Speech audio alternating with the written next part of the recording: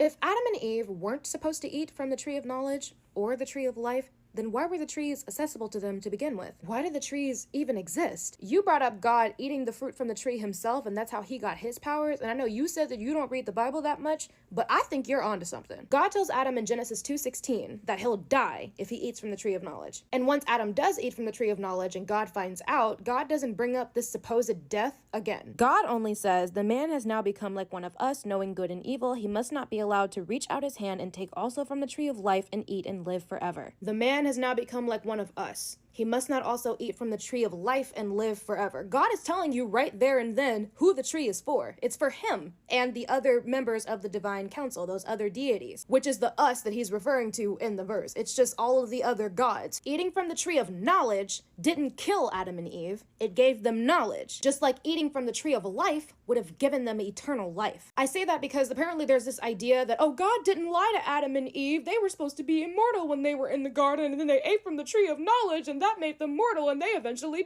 died. That's not what the tree did. God says himself that's not what the tree did. And again, he does not bring up this death ever again. He doesn't tell them, oh, now you ate the fruit, you're gonna die now. No, he says, you ate the fruit, now you have knowledge like I do, like we do, the gods. And if I let you eat from the tree of life, you're also going to be immortal, like we are. And people don't talk enough about the only other entity in the story who knows what will actually happen to Adam and Eve when they eat the fruit.